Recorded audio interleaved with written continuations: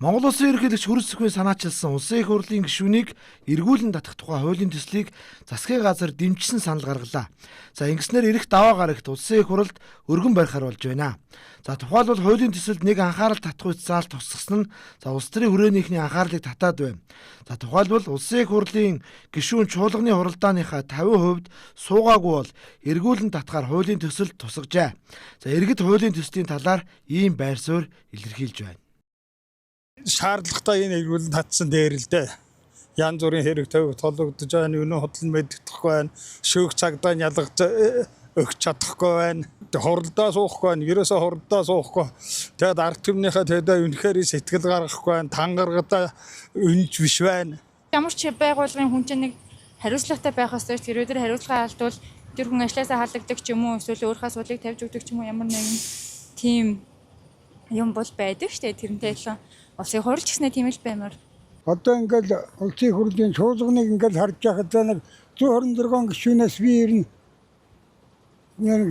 50 хүчээний үгүй юу гэж харддیں۔ Хуралдаа сууж байгаа. Батлагтаасаа л гэж бодож байгаа.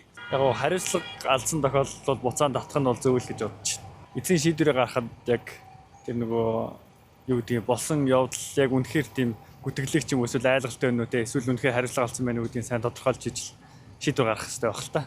Амлалтаа биелүүлж чадахгүй тэгээд дээрээс нь хариуцлага яг ерөөсөй байхгүй болсон шүү дээ. Тийм учраас хариуцлага тоосч буцааж татаад байна тавих хэрэгтэй шүү дээ.